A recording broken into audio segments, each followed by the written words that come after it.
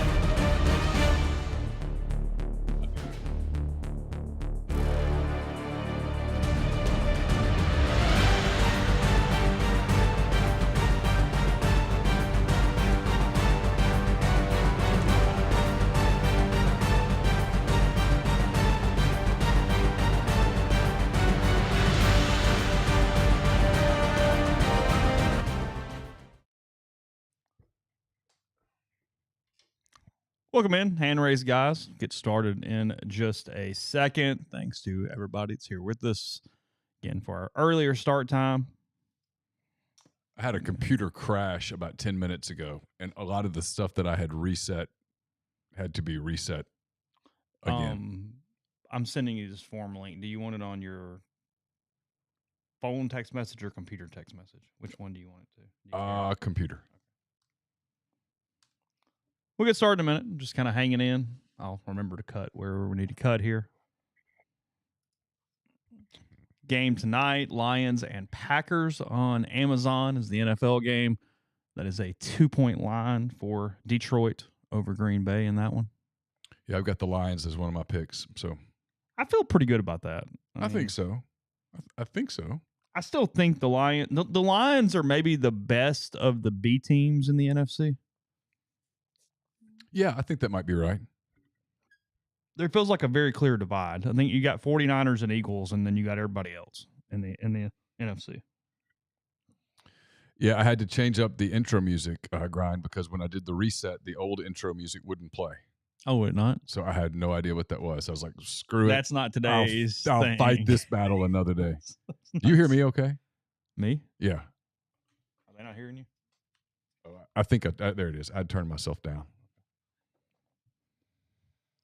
It was my headphones. Okay. Not my mic. All right, we'll kind of get rolling here. That's my fault. That was a little scrambled. Yeah, it's all good. I'll get out of this and into something else. A lot of content up on our site and our network, so please check that out. But we'll get rolling here in a second with this one. All right, here we go. Welcome into another edition of Hand Raised Guys, presented by Comer Heating and Air, Southern Air Conditioning and Heating. I'm Neal McCready. That's Chase Parham. We'll be with you for an hour and a half or so. We'll talk one last look at Ole Miss, LSU. We're also presented by Twisted Tea. I'll tell you about Twisted Tea in a moment. We'll talk about Ole Miss, LSU one last time, take a little look around the league. We might talk a little NFL tonight. As Chase was saying, it's the Lions, 2-1, heading to Green Bay. They're 2-1. The game gets started at 7:15 on Amazon Prime. And Detroit goes off as a 2-point favorite this evening. So we'll talk about a lot of those things. Got another show coming for you. We'll run you through the content that's up on the site so that you guys can be aware of what's there. First, I want to tell you we're brought to you by Comer Heating and Air, Southern Air Conditioning and Heating. Different names, same great products and services. If you live in Oxford, Tupelo, or the surrounding area, call Comer.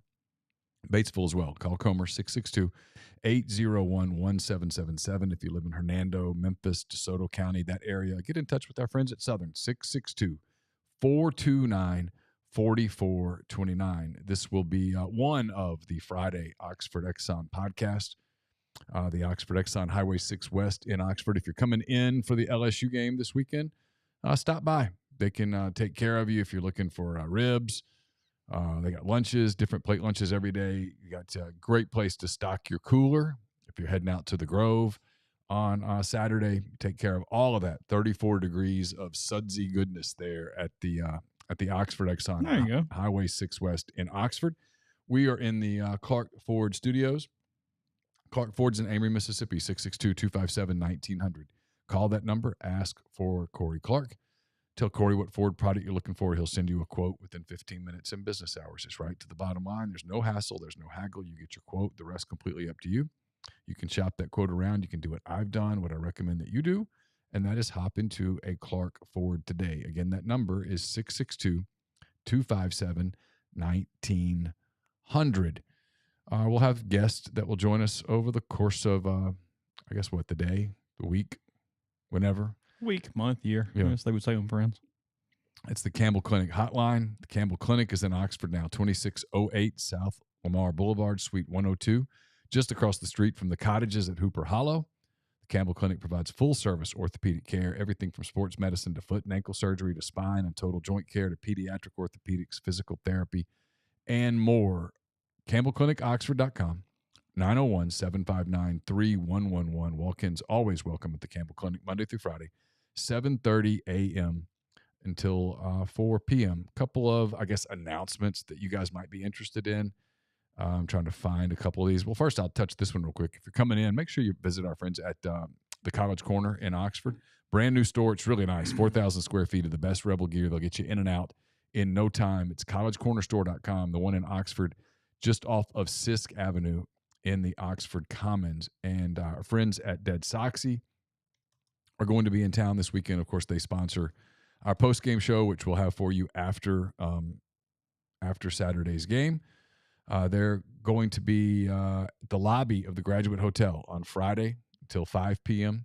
You can also join them at the Coca-Cola pregame tailgate on Saturday. You can get the latest in Ole Miss styles and NIL products, so don't miss this opportunity to load up in person and get your footwear ready for game day without the shipping with Dead Soxy. Coming up at the end of tonight's show, going to let you hear a little bit from Zach Scruggs. They've got their Second Chance Mississippi 2023 fall fundraiser, the Party on the Green, next Thursday. There's some really cool auction items, live auction stuff, Ole Miss sports stuff there. So he'll tell you a little bit about that at the end of the podcast as well. That's 2ndchancemos.com for more information and the website. I've been on the road all day, or at least out of pocket. I'm just out kind of checking the message board. I see that they were frustrated by my intro topic this morning on the show. Yes, catching a little heat today. And for I did not. It was just the largest sports story in America today. I mean, I'm just saying. That is okay. Not. Look, here's what happened. We logged on. We take a few minutes before we get started to talk, and we're just kind of hanging out. We do a lot of extensive pre-show prep. Neal got on and told me, "Hey, look, today we got to do a little NBA talk. Yeah. We got to start off with this." So that's the rule as we get going today. Okay, that's how that worked. That is not how that worked. That is absolutely false. Neal was actually the last person on. I don't think we had a 0 minute of show prep with Mr. McCready before we hit the play button. Jeffrey and I just kind of shot the crap for a few minutes, but that was about that. No, I went to get ahead, got it out of the way. Like I said, thought it was very pertinent for the day. I was curious. It makes me be very interested in the Bucks moving forward for whatever reason. I mean, see, he's doing it again. I'm in. No. Hold up. Whoa. Not even subtle. Kind of draw the comments out. I've said nothing about the National Basketball Association. I mean, Drew Holiday's really a has-been, right? We can't. Yeah, Mark, we talked about this last Thursday. I still don't know exactly what I'm doing from a Ryder Cup standpoint tomorrow. I mean, I'm pretty tired right now. The answer currently is I'm not going to set an alarm tomorrow. I'm going to just wake up because it's still going to be early as hell when I wake up, and I'll just watch golf when I wake up. Sunday is the day that it's very possible I really set it, get up, and make sure I catch all the singles for Sunday morning. Even though it's been fairly late night on Saturday night, but it'll be all right. Yeah. If I'm actually like the Ryder Cup, golf jokes aside, but I'm not getting up at 2 a.m. Now, Sunday morning, sure. 5:15 is, I think, 5:30 is when they're kicking it. Sunday, something like that. I mean, I'll be up at 6:30 anyway because my body clock's going to go boom. And so I could see myself coming up here, trying to get 10 thoughts done early, turning that on. NFL plays 8:30 in England. Yeah, Jags, Falcons. So, yeah, I mean, I could see that. Okay, Michael says alarm set for 2:30. Yeah, I just don't. That gives you the back nine of all the morning session. I get it. I understand why 2:30 makes sense. I don't think I can set an alarm for 2:30. By the time I go to bed tonight, I might peer pressure myself into a little earlier than usual, but I don't know. We'll see. I haven't made that determination because the first ball is in the air at 12:30, so just after midnight tonight. And then the second session, which is 4-ball tomorrow, I think foursomes are first at 12:30. 4-balls first at 5:30 for that one. Okay. Yes. Trying to sign into my Amazon account and struggling. Oh, it's for the game? Yeah, I'll do it later. It's not a big deal. Because we don't have it for 2 hours. So yeah, it's not a big deal. What sporting events would you set your alarm at 2:30 for? Shoo. Is there much? Opening day if Cubs were playing overseas? Well, I did do that. They opened a season in Japan once, and I got up at 3 a.m. and watched them play the Mets. Did you? I did twice, and then wonder what was going on with your life. Yeah, I hated myself. Yeah, I did that. I would probably get up for the World Cup if it were like the World Cup finals. Yeah, I could see that.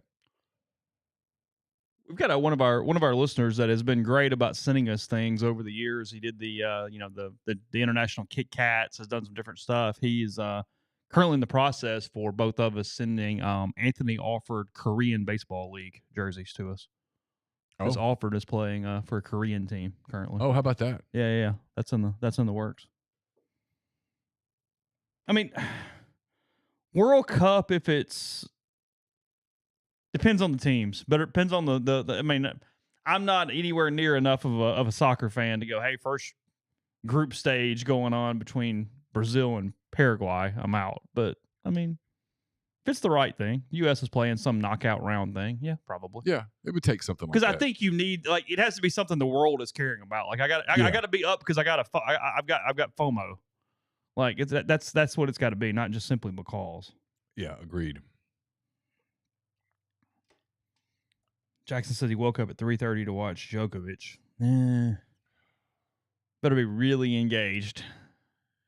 Yeah, I'm not getting up to watch the Australian Open. Olympics. Is there an Olympic sport? Off the top of my head, no. I don't remember what all time zones they were in. I think it would have to be a national, the nation is captive in a way like Phelps going for like his 8 goals or something. Because, I mean, look, the country was really united on Phelps making that run. Yeah. That year. I think something like that would probably count. Maybe so. Somewhere in there. So Messi didn't play in this open thing that just happened? No, he didn't play. They played Houston. Carson was telling me that Houston is owned in part by James Harden. Is it really? We were just talking about when I was walking up the stairs. Okay. But he did not play in the Dynamo. Is it the Dynamo? The Dynamo beat Inter Milan. So why did he play? Miami. I guess he's just tired. Did it matter? I mean, I don't understand how all the cups and opens and stuff work. Yeah, I've yet to get caught up on MLS. Maybe one day. So you don't even understand how it works from a format standpoint? I really don't. Okay. I just haven't gotten into it. It's catching on. I think it's an in-person, you have to live there kind of thing. Like if I lived in Cincinnati or Nashville or Kansas City or something, that might be something I'd get tickets to. Okay. Just to follow a team. But I don't know enough about the league, and I don't know that the league is. Here's the thing: you get spoiled by it when you can watch.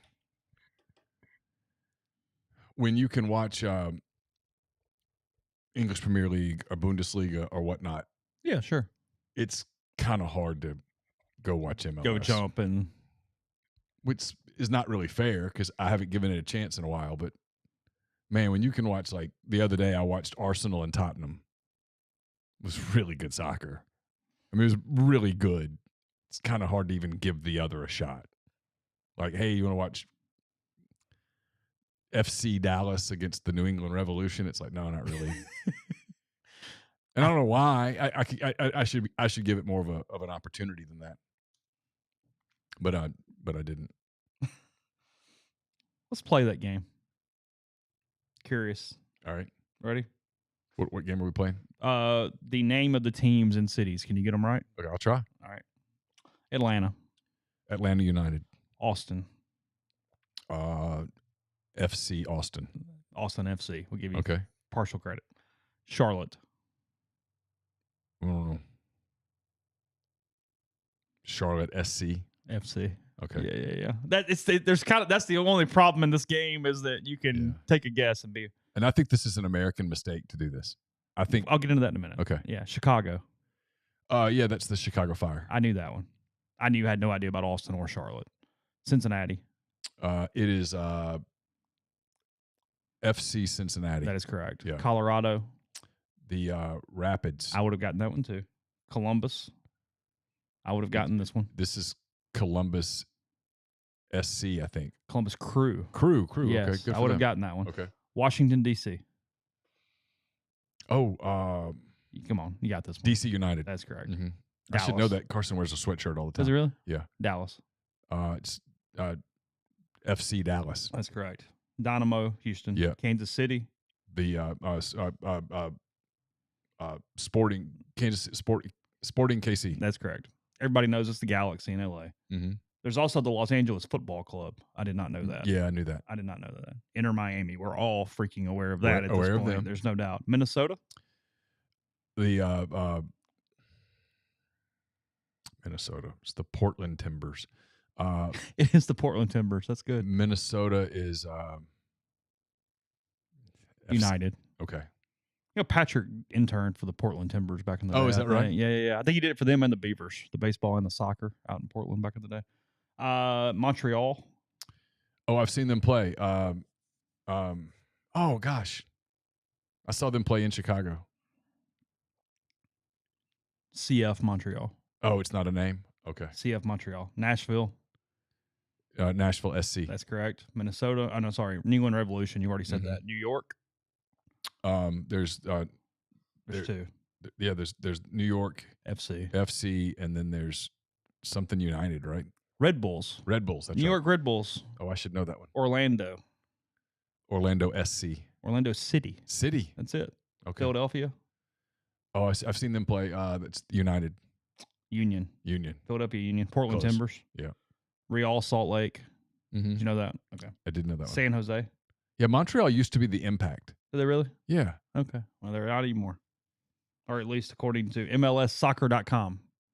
Okay. Oh, I got San Jose. They've got a name, right? They do. Yes. These happen in California pretty often. Oh, Quakes. That's earthquakes. The Quakes. Seattle. Is that the Sounders? That is good. Okay. Good environment there too, by the way. St. Louis. I don't know. City SC. Okay. Toronto. Oh, he's got a jersey. It's just FC. Okay. Vancouver. They have a name. Oh, Vancouver. I don't know. Whitecaps. Oh, I should have known that. Whitecaps. Okay. Why are they screwed? I mean, because I agree with you, but why do you not like the FC?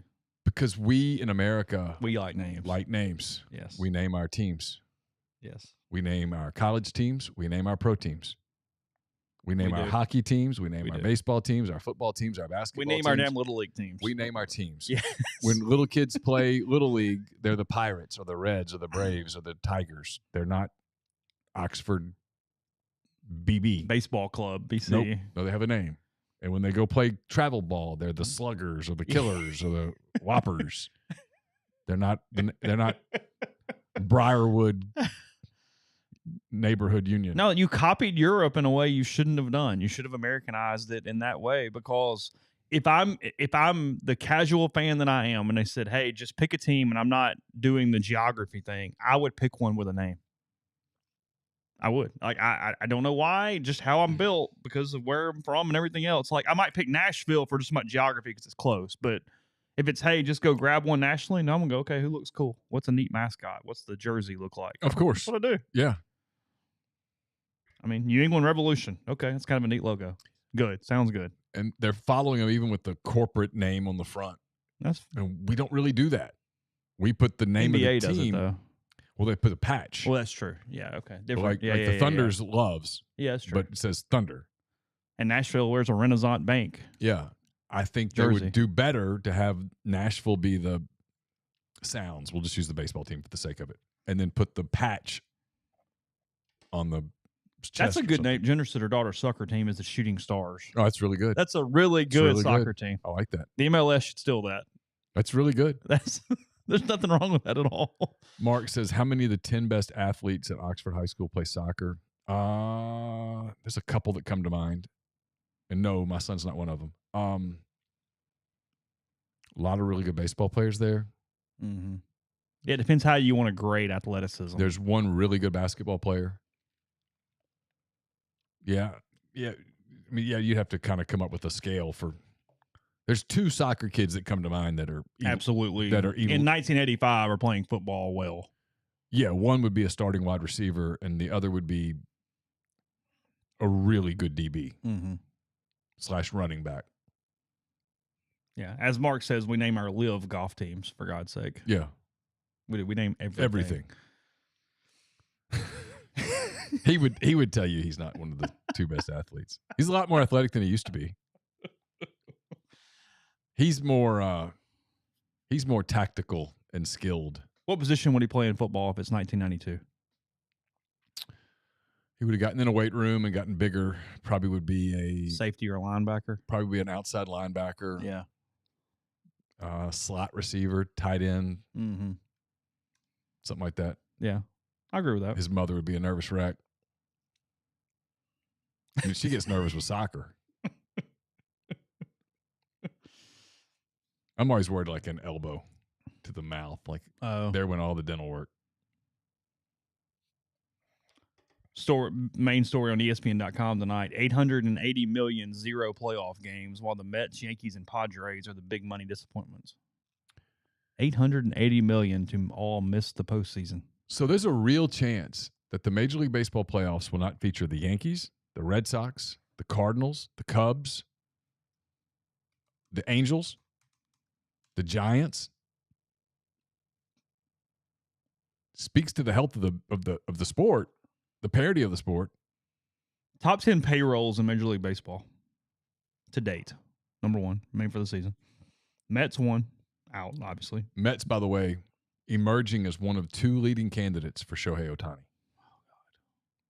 No. Watch. Don't do that. Watch. Please don't do that. Watch.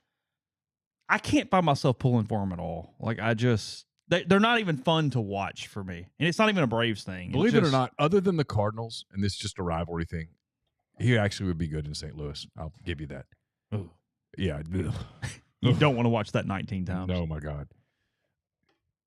The Mets are the one place that I would not want him to go. That if he goes there, I'm like, okay, well, I still like you, but I don't like you as much. No, there's no, I don't know, even necessarily know why, but yeah. He would go from me having like a serious man crush on a player to me being like, I don't really like you that much anymore. I don't want anything bad to happen to you, but I don't care if you never win. Mets $343,585,229 on their payroll for 2023. Yankees 2, Padres 3, so top 3 out. Yep. Rangers 4. I don't think I could have told you the Rangers were the number 4 payroll in baseball. Spent a ton of money on DeGrom, who's out. They spent a ton of money on Scherzer, who's out. $247 million. They're winning with their younger players. Phillies at 5, obviously. Yeah. Dodgers at 6. In. Okay. Astros at 7. They're in. Los Angeles Angels at 8. They have the 8th highest payroll in baseball. Yeah. Awful. Terrible. Artie Moreno is awful. Did you see the stat? And we're jumping around. Listen, I will say this. Let me do this. We have a show. I'm going to do it. I'm going to stream it live about 7 o'clock. I talked to Matt Moscona. You guys will actually like this interview. Matt is not super confident in LSU's chances on Saturday. I talked to Parker Fleming, Stats of War on Twitter. Oh, yeah. Does all the analytic stuff. His analytics have Ole Miss winning a 1-point game. We talked about that, and he goes into the numbers, and he gets really nerdy, and I found it fascinating. It's really good. And then I did about 15 minutes with Ben Mintz. So I'll bring that show to you. So if you want a pregame show, that's your pregame show outside of Pete's Pigskin Preview. And Pete's Pigskin Preview presented by Riverland Roofing is up, as is the Butcher versus the Dance Instructor presented by LB's Meat Market. That is up. Obviously, we're going to talk for a while, and then that show tonight, it's 95 to 98% LSU Ole Miss. So if that's what you want to have on your screen, you're there. By God, it's there. We'll get it to you. And Chase is going to have to pull the audio off YouTube and load it in the morning because I screwed something up. For what? The night show. Oh, okay, guys. Right now? No. The next one. The next one. Oh, okay, guys. No, this one's. Right. We're running an audition here. We're good. All right. Anyway, so there's lots of that. So before anybody starts, I wanted to reach out to Devin. I meant to and didn't, and by the time I remembered to do it, it was too late in the week. Devin Snow. Do you watch his stuff on Mondays? Yeah. The Red Beans. Yeah. I find it hilarious every week. It like cheers me up. What the hell was I talking about? Oh, the baseball teams. I just mentioned the Angels were the number 8 payroll in the league. Thank That's you. it. Ohtani and Trout historically have like 6 of the top WARs ever. Yeah. And they never made the playoffs. Yeah, I think I sent the stat to you at some point. I could come back and find it. Of the 10 highest WARs of teams who missed the playoffs, the Angels have like 9 of the 10 spots because of Ohtani and Trout. It's unbelievable. It's crazy. It's unbelievable. Blue Jays 9, sneaky good team. Yeah. Toronto's good. Oh, really good. Good young players. The little engine that could. The Braves with the 10th highest payroll in baseball, trying to make it work there in Atlanta. Giants at 11, Cubs 12, Boston 13, Colorado 14, and then that's where the league average comes in. So that's what's interesting too. The Colorado Rockies have an above average league average payroll. Yeah, I hate that too because they gave a lot of money to Chris Bryant. Mm-hmm. It didn't work. Where are the Cubs? 12? 12. Yep. $186 million. Red Sox at 13. I mean, it's not like they're spending a ton either. Playoff teams past that. Twins at 16, winning the god-awful Central. Mariners doing a good bit with the 18th best payroll. Not a bad job there in Seattle with them. Miami, the number 22 payroll. Yeah. Miami's had a pretty good season. They've had a really fortunate season. They're going to end up getting into the wild card as the historically worst team to make the playoffs. Oh, they really? Yeah, run differential. Bad. Reds at number 23 in payroll for the year. They had a really good year. They did. Tampa Bay Rays at 27 and the Orioles at 28 on payroll. 27 and 28. I mean, we should just – they're the best. For almost 2 decades now, I've had the same thought, which is if the Tampa Rays want to trade a guy, you should just go, no, sorry. Because you know what you're doing. I'm not – whatever that is, nope. I have no interest in that. I am curious to see if Baltimore starts spending. They moved Blake Snell, and he goes to San Diego and wins the Cy Young, and Tampa true. just keeps right along. What they do is they get your prime years, and then they let you go. They don't overextend. Here's the funny part. We do the Moneyball thing with Billy Bean. Tampa's Moneyball. Oh, there's no doubt. Tampa's the Moneyball team. I mean, Andrew, whatever his name. He's the one that's has got the pelts. Yeah. I mean, Baltimore at 28. I want to see if they start spending money. There's really no reason for them to yet. Got so many good young players on rookie scale deals. Like just recently, they called up the kid. Help me with his name. He had the funny name. He played at Arkansas. Herstad. Yeah. Heston. Yeah. Kerstad. Yes, Kerstad. You're confusing me now, but yes. That is right. They brought him up in August. Yeah. They're super high on him. He's just one of like 7 really good young positional players they have. You have all those guys on rookie deals. Just let them play.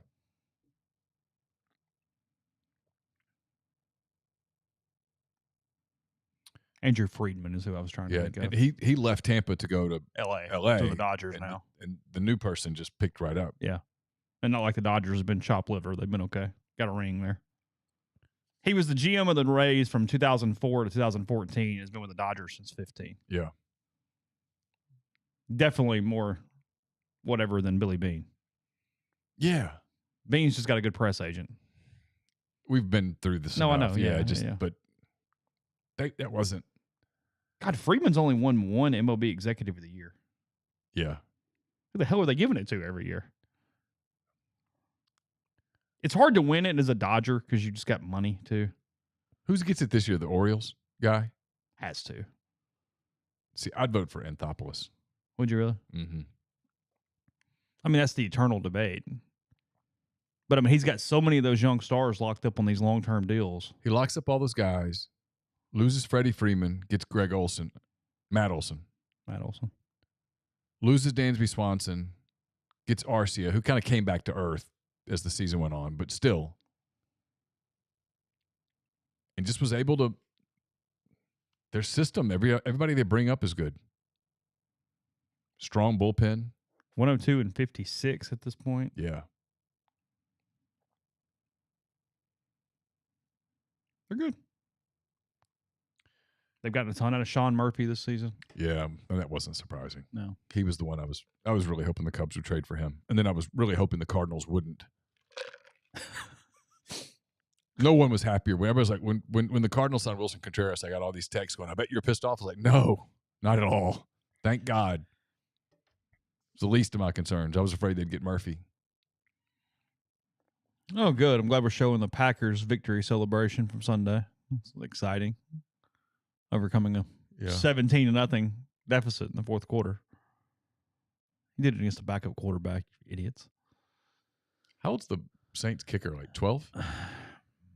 Ought to be cut. Look, here we go. To Jeffrey's credit, Jameis did get him down the field in field goal range to take the lead. He did. 6 would have been nice, but NFL kickers are supposed to make that kick. Oh, it was a bad kick. He just hooked the hell out of it. I mean, it was not good. Will Lutz probably wouldn't have made the kick, but he's a Bronco. Glad he and Sean are happy. Go Bears. God, if they lose to the Bears. Go Bears. That's. It didn't take you long to get. No, we're out. Salty. You don't wear my colors anymore. I mean, what are you talking about? I get it. I mean, you know that's where we're going with the transfer portal, right? We're going to go there sooner rather than later. The hated player when he leaves. The loved player becomes the hated player. Oh yeah. Especially depending on any team, but they're especially depending on where you go. Because in college, it's going to be so quick. The jump. It's not like Swanson got the standing ovation the other night because, hey, he won a title. Gave you 6 We're all great fat good and years. happy. And the Braves have 102 wins. Yeah, everybody stood up and clapped, and they liked him. He was a good member of. He was there long enough. Chris Bryant's been gone from the Cubs for a little while. When Colorado came in last weekend, all 3 games, his first at bat, he got a standing ovation. Yeah. You're not gonna get that in college. Oh.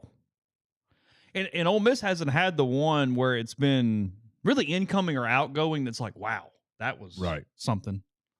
Because, I mean, the only SEC kids they've had, I mean, Pegues coming back home from Auburn's nobody's like, whatever. I'll throw a scenario at you. What would the reaction be if. Is this a hypothetical? Yes. Okay.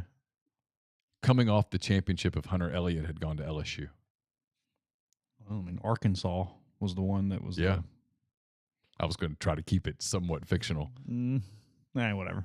It's statute of limitations is over. What's the reaction on that? Oh, dear God. Those 2 programs? I mean, because it. And look, I don't blame anybody for trying because it's Wild West. There are no rules anymore. Yeah, don't come at me with, well, they tampered. Nah, stop.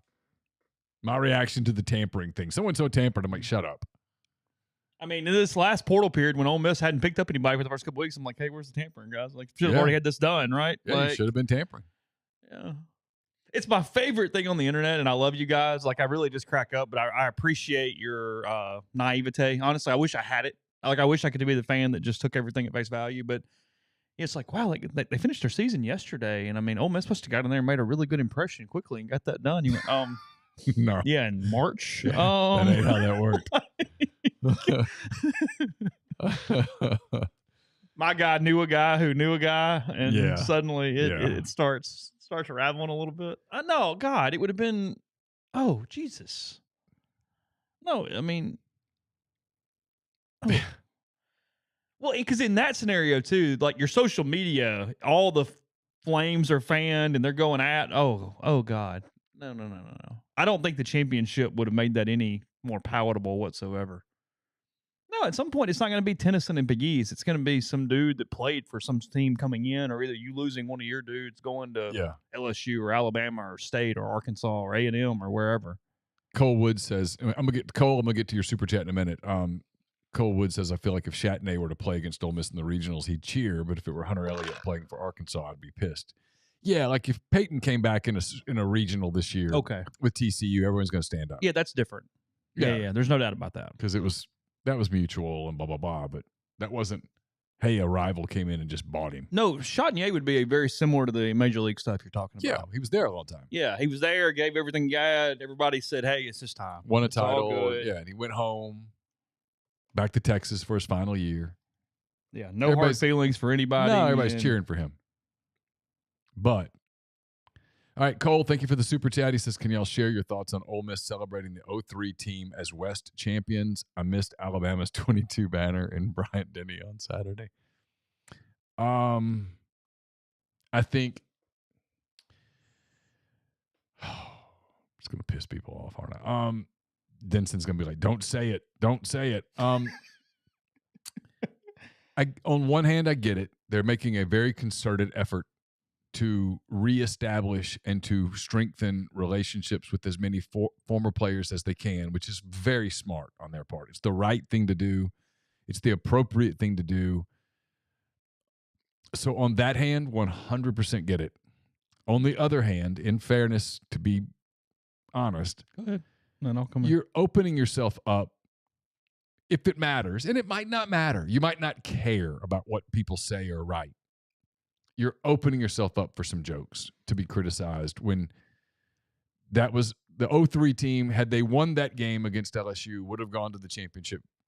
They probably would have won it, probably would have gone to the Sugar Bowl, would have exercised a lot of demons. Sure. And it was Eli Manning. Can you imagine Eli Manning winning the SEC title? They would have played Georgia in the title game. They would have played Ohio State in the Sugar Bowl.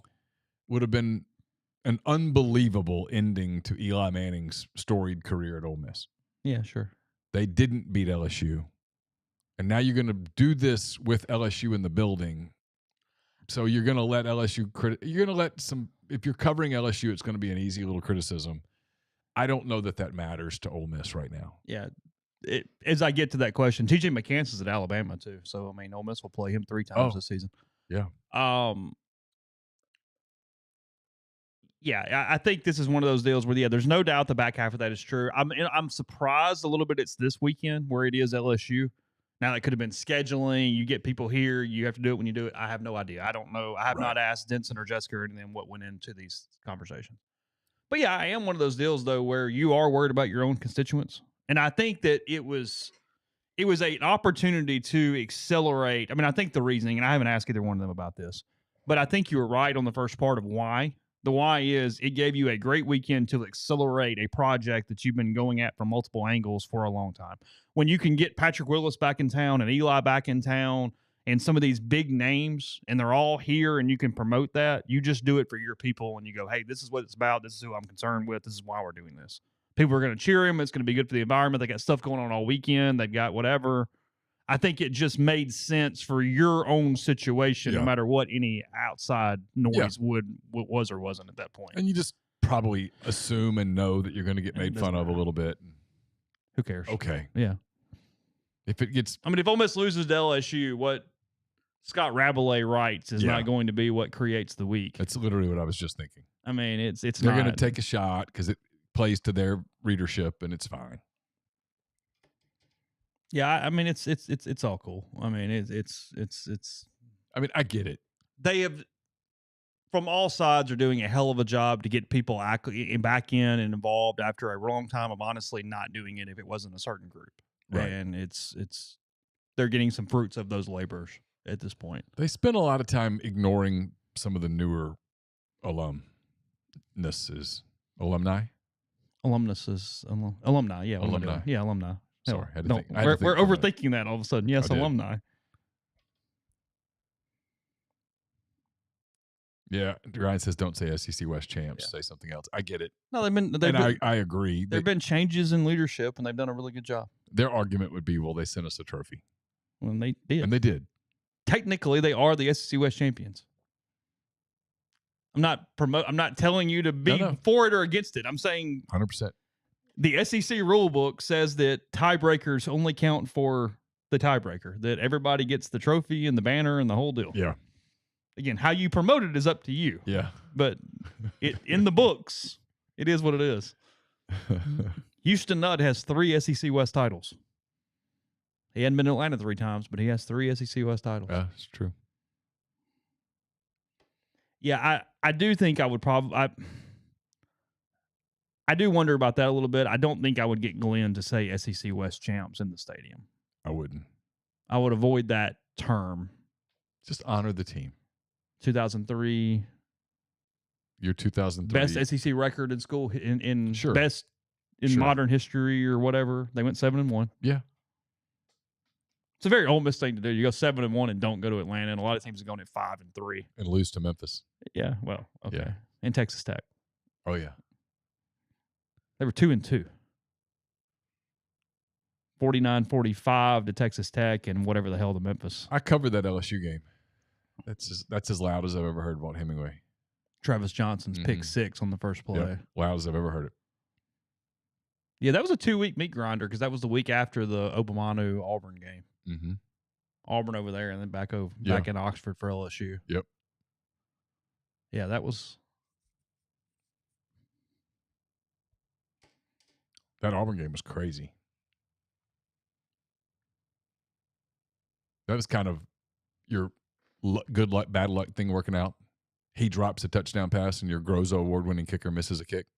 Kind of good luck, bad luck. It's why I always do the win-loss toss and take the tosses and the split. Pythagorean kind of works out most of the time. Most of the time. Cubs say hello. Take the tosses, split them in half, and you're going to be right. Don't do the fan thing and try to justify how we're going to win this one this way and this one. No. If you have 5 tosses, you're either going 2 and 3 or 3 and 2. Every time. If you do better than that, it's the magical season. If you do worse than that, it was the unlucky season. And if you have the magical season, the unlucky season's on its way. At some point, you're going to get that side of it. The way it works. Yeah. So, I mean, look, here's the deal. Enjoy the weekend. If you want to cheer the player, whatever, just have a good time. Quit worrying about what the hell anybody else is saying about it. Of course. Come and have a good time. Yeah. It is very significant that all those people are coming back for your program this weekend. 100%. I can't emphasize enough how that was not happening for a long time in ways that were not healthy for the program. Players would It is a huge deal. Players would leave and never hear from the university, which is not good. If you pay attention to like the big time programs, I'll give you an example. I think it was the Giants. I don't know which team, but they had a Clemson alum and a Florida State alum. Okay. Playing. Yeah, sure. And Florida State won the game. And Florida State had been sending out these regular care packages. It was Graham Gano and Dexter Lawrence. Okay. Okay, I think. All right. And Graham Gano had some fun with Dexter Lawrence. He set sure. up this thing in his locker with the chop and all that stuff and the sound, the dun, dun, dun, dun, dun, you know, all that stuff. Alumni relations with former players is super important for a program. It's vital. And for whatever reason, and I'm not peeing on anyone. Just for whatever reason, for a long time, it just sort of got ignored. Yeah, no, there've been a lot of moves to do well. I mean, they've been really, really proactive in recent years. The M Club and Jessica's done a hell of a job. Denson's done a hell of a job. Javon has sent out those care packages to Ole Miss alumni. Yep. They've really done a lot for those reasons. That has been an emphasis, and it is something that will pay off in a lot of ways. I mean, you're seeing that with here network. I mean, you know, we've had the Letterman's Lounge people every week. Brian recorded with Nate Wayne this morning. It'll go up at some point tonight or tomorrow. I don't know when. I haven't talked to him, but I know he was talking to Nate this morning. He's in town. I think Jonathan Nichols is one of them. I think he's back at some point this year. Yeah. Anyway. Yeah, Denson. Thanks for the super chat because that led into a productive conversation. Denson does do a great job. He cares. I don't know what. I'm not saying the previous people didn't care. I will say this. And I can say this from personal experience. Eddie O would say, let me say this. I can, from personal experience. Some of the previous administrations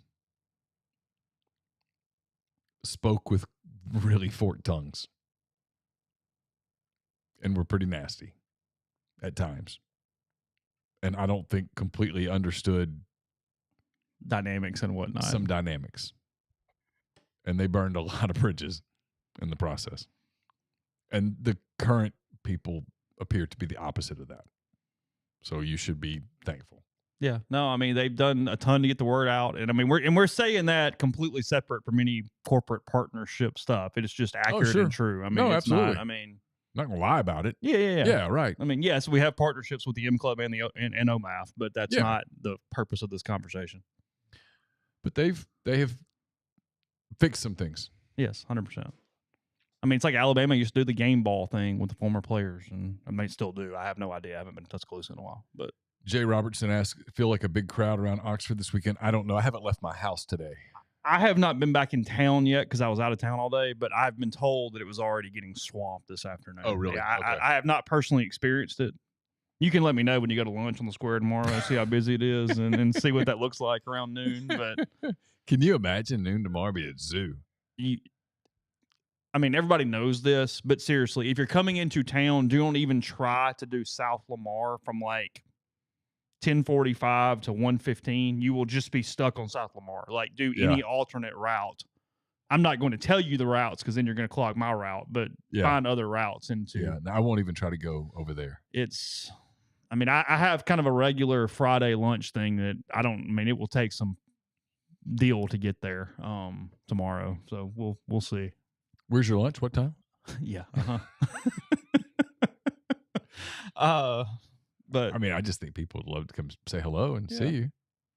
Yes, Neal's going to Ajax at 6 tomorrow for dinner, sometime around 6. Put the name on the list. Yeah. Hang out. That'll be me. I don't know where Vitter is now. Is he at Tulane? Is he a professor? Who? Jeff Vitter. Don't know him. He's at. Never heard of her. No. I mean, I got things to say, but nah. Speaking of previous administrations and things. Speaking and of people right? and stuff. For some reason. Speaking of people who talked a lot. For some reason, I thought that's where he is now. At Tulane? He was living in New Orleans, I know, and I just for some reason assumed that was correct, but I could be wrong. I don't know. I don't know where he is. He and I have not spoken in quite some time. He used to always say happy birthday on Facebook to me. Oh, for some reason. Yeah. You had Vitter and Phil Longo. Yeah, they were attacking my social medias. I had one on one, one on the other. Still friends with him on Facebook. Let's see. He's an adjunct professor at Tulane. Works as a computer scientist, consultant, and genealogist. Again, I'm reading from. Sorry, nothing against genealogy. I'm good. That appears to be what's going on. Okay. Living in New Orleans. Okay. Although I haven't seen a well. Anyway, sorry. I'm gonna stop now. I hadn't talked to Jeff in a while. Yeah, I haven't. Let's see. Who was it? I don't want to call anybody out. It was the person who said that my story was my report from the. Remember the SEC baseball tournament that I went to that Ole Miss won? That you were like, hey, they'll be out of there quick. And I was like, okay. And then they lost the first game and they were losing the second game. Yeah. And I was like, yeah, I'm going to be out of here pretty fast. And then they won the tournament. Then they won the whole tournament. And on that Saturday, they played. It was the PR person with the IHL. That's right. Was it Texas A&M they played on that Saturday? Sounds right. That sounds right. Yeah. And I was working on Vitter was resigning or retiring or whatever he was doing. He wasn't going to be the chancellor anymore. And they told me I was wrong. And I was like, I'm not wrong. Karen Blanton. Yeah. So it was. And I'm sure she's very nice. She was just doing her job. Yeah. We're not criticizing. So Karen, if you're watching, we're cool. It ended up being true like 6 months later or whatever it was. Yeah, it was true that day. Well, yeah. It was true. It was not. It was true. That was all a very interesting time. It just kept going and going and going and going. And yeah. Going. I mean. That was a fun elevator ride. I mean, how long has Boyce been here now? I don't know. Was he here? Was he here pre-pandemic? 19? He came in like right at the, kind of right in it, right? Seems like he was here before October of 19. Yeah, there you go. That's right, because they had the big announcement. The press conference that couldn't really happen and the whole deal. Yeah. We've covered a lot of goofy stuff. Yeah, I mean that we published that huge story on the Chancellor search that we published. I actually ran across it the other day because somebody liked it like in Twitter from 4 years ago, and I was like, oh, I hadn't seen that in a while, and I clicked on it and read it. That we published it the night of one of the football games, or maybe the next morning. We were proofing it in the press box at Vaught-Hemingway during a football game. Oh yeah, in the 19 season. I don't remember who they were playing that night, but so the Sunday morning is when we hit the kicked the bird out of the nest. Yeah. It talked to a lot of people. Yeah, it did. It was a thorough article there at that point. We made a friend in that search. We did. Yeah. Made several friends in that Yeah. search or got closer with View. Yeah. Yeah. It's all good. I guess in my mind, it didn't seem like it. But yeah, I mean, we're a month away from 4 years. How about that? Didn't seem like it. No. I mean, like 6 years since Ole Miss got its penalties. Yeah. They got the penalties in 17? November of 17, I think. I think that was right. Yeah, I think that's right. When speaking of Vitter, he had the dumb quote in the press release that got pulled out later, where he basically bagged on his own people. You know, I always wanted to like send him a thing and goes, so how did I get to be the bad guy when you're such a buffoon? You know? You versus me, I should have won.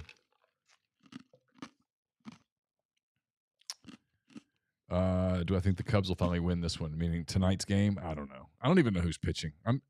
When I tell people, they're only a half game out. What are you doing? Did the Marlins win today? I don't know. Have they already played? I just don't think they're any good, so I haven't paid as much attention. These two losses would normally have wrecked me in previous years, and they haven't even phased me. Stroman. Oh. Why are you all down on him? He's got a 3.88 ERA. Yeah, he hadn't pitched in a while.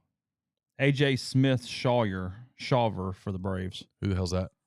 They don't care anymore. It's all clinched. It's about time. Marlins and Mets tonight at 6:10. Luzardo versus Peterson. Peterson's got a 5.37 ERA and a 3-8 record. The Reds already played today? Are they still in it? Barely. The Reds don't play today. The Braves have clinched home field throughout. Oh. Maybe they'll chill the hell out. So they don't there. Dodgers are 98-60. Braves are 102-56 with 4 to go. Reds are a game and a half out as of this moment. Cubs and Marlins are technically tied, but the Marlins own the tiebreaker, so they're a game ahead. And the Braves, for the best record in baseball, the Orioles are 99-59. The Braves have that tiebreaker as well. So the Braves' magic number for best record throughout, including the World Series, would be is 1 for a magic number. So I guess technically not clinched yet. Let's see what the Braves lineup is tonight. Are they sitting people? I'm looking. Do you sit people if you haven't technically clinched best record or no? What do you do? Oh, I think they should sit everybody. Okay. I'm looking for their lineup. I'm hitting the wrong button. Box, Braves lineup tonight. Bastards. Acuna, Albies, Riley, Olsen, Asuna. By the way, you can't cheer for I know he's your guy, but you can't cheer for him. He's a horrible human being. You cheer for Araldus. Kinda.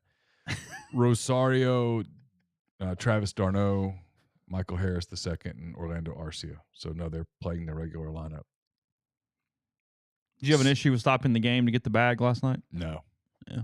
No, I thought Deshays and Shambi were wrong. Oh, did they criticize it? Yeah, they were frustrated. They were being a little emotional. I get the emotions. 10th inning, big moment. You're making a young pitcher stand on the mound. I get it. But no, it was a historic moment. Okay. I didn't have a problem with it. All right. Pat Hughes didn't have a problem with it. He didn't? No. I told you, I listened to the radio guys. Yeah. I like those guys. We met Ron Coomer at the convention one time. I know I've told this story, but it was 2017. And we went to the convention and no, it was 2018. And Carson and I were leaving. It was on Thursday night. We were leaving on Thursday night to go get something to eat. And Ron Coomer was in the lobby of the hotel. And I told Carson, I said, that's Ron Coomer. And as we left, he said, "Hi, Mr. Coomer." And right about that time, this horde of young boys came swarming him, looking for autographs and stuff, and they were calling him Ron. And I guess he realized in that moment that these kids had called him Ron, and that other little kid had called him Mr. Coomer. And he had met him. He'd met him and said, "Where y'all from?" We said, "Mississippi," and whatever. And so he said, "Hey, Carson." And Carson turned and looked, and he said, "Do you want to wear my World Series ring?" And Carson was like, "Oh, yes, sir." And so he got to wear Ron Coomer's World Series ring and get a picture taken and stuff, and it was pretty cool. Those conventions seemed like they did a lot for. I mean, they were fun. Good for kids. Yeah, and that was a lesson if you're ever a professional athlete or something. That's a moment that Ron Coomer does not remember, and it's a moment that Carson will always remember. Right. I just put the link in the stream. Benito Jones headed to the game tonight. Plays for the Lions, obviously, dressed in overalls and boots and a cowboy hat. He's in quite the get up without Okay. Benito. Speaking of the players on different teams, I saw that AJ lost the Ole Miss Alabama bet and had Crimson Tide stuff on over on Sunday, headed to the game. He had a bet with Jalen Hurts and was it Hurts? It was Hurts and Landon Dickerson and Devontae Smith. Yeah. So there's 3 tiders. It was Hurts and Smith that he had the bet with. Okay. Yeah. So he and Jalen are really close. They've been close for long years. time. I mean, I remember that back recruiting almost. Yeah. That was like Jalen would come to Oxford a good bit. Yeah. Yeah. They were like, oh, it was like, no. Yeah, they were just like, no, he's not coming. It's just hanging. Sorry. I think he claims Bama or Oklahoma. I've talked to people who know him. He claims both. He's just whatever. Okay. Yeah. What would he go into the Hall of Fame as? Ooh. It's a Sooner, right? I don't know. You won a title. I mean, you were on a team for a title. I don't know. I would assume he'd go in as I don't know. It's a good question. Alabama's probably. Okay.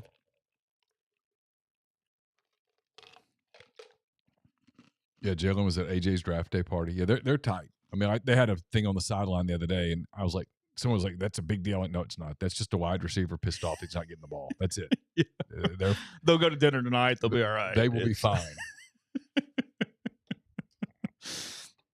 And they won. It's all right.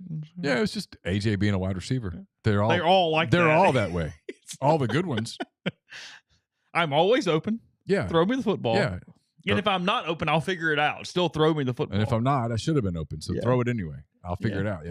You not throwing me the ball is a disservice to me. Yes. It is personal. It is personal. Always. Yes. Until the game's over, and then it's not.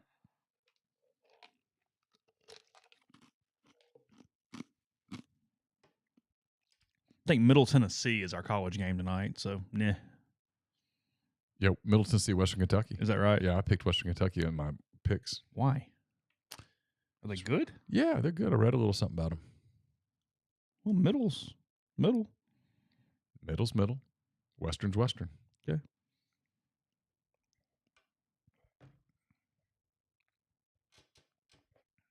Neal's opening the iPads. Assume we'll get some calls in a second if you care. We'll take a few if y'all want to take them.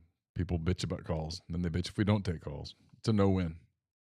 Just know that I did not take that NBA bait at the beginning of the show. I wasn't trying to bait. I'm just hanging out. Keeping it real. Got a Scott Rowland special on MLB Network, I guess, here tonight. Wonder how he'll go into Cooperstown. Cardinals? They got a Cardinal hat on him right there in the picture. Oh, yeah. Although if you say his name to me, I think Philly. I think Philly.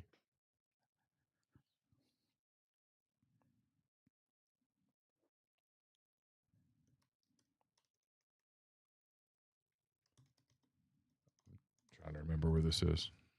There it is. Okay.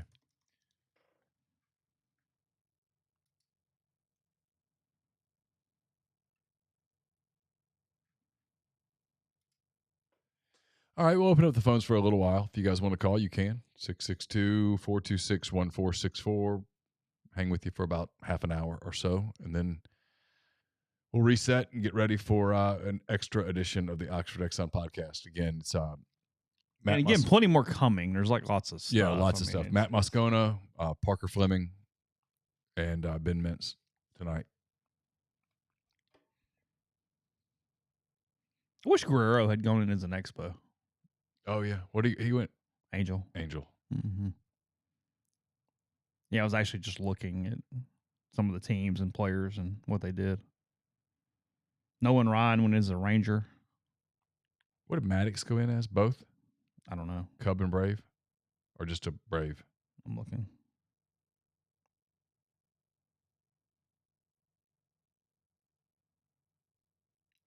Yeah, he went in Sans logo. Okay. Yeah, he did not choose one or the other. You got to respect that. You're fine. Oh, yeah. I mean, I think had he chosen the Braves, whatever. I would have understood it. What a stupid move. Because, I mean, most of his prime was in Atlanta.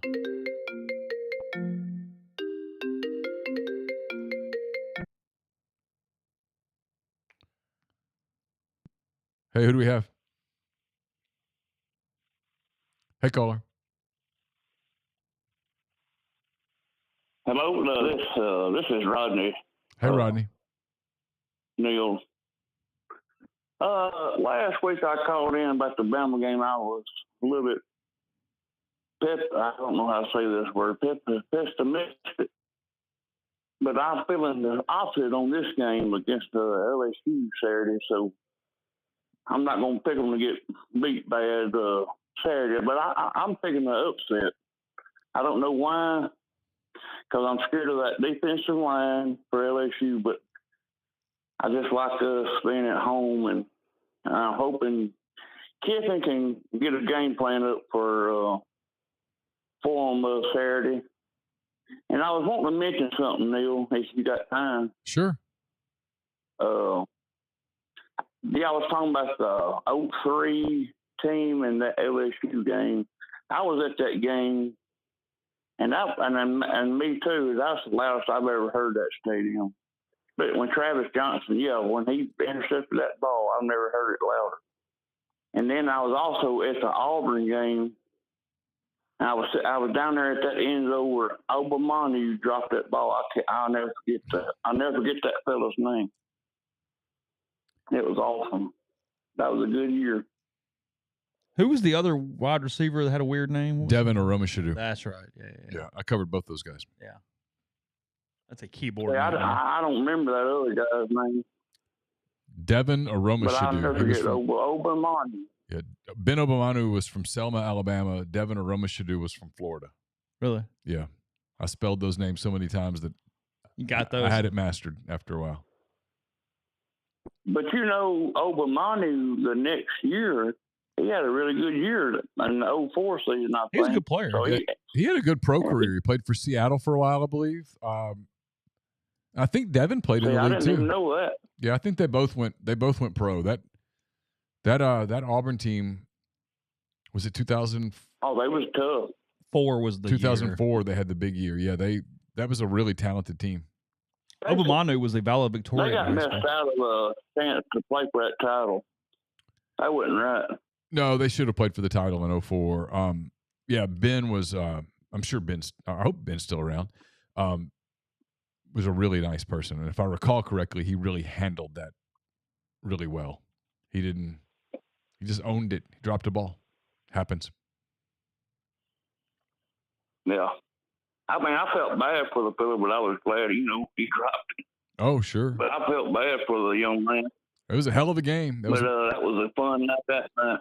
Yeah, that was one hell of a football game. I was saying that was one hell of a football game. Ole Miss throwing the wheel route to get down the field. They ran the little kind wheel. of to a fullback towards Sanford. Do what, Rodney? That's one of the biggest. That wheel route, that's something I'll never forget. Eli put it right on the money, and who caught it? Was it Sanford caught it? I thought it was towards Sanford off the top of my head, but I could be wrong. I don't remember. I don't know. Whoever caught that was beautiful. They just executed it, and the call. They had a hell of a rush. That defense for Auburn in 03 was. I mean, they always had good defenses under Tuberville, but man, that was just a great game. But that's all I had. Well, Rodney, thanks for the call. Appreciate it very much. Thank you.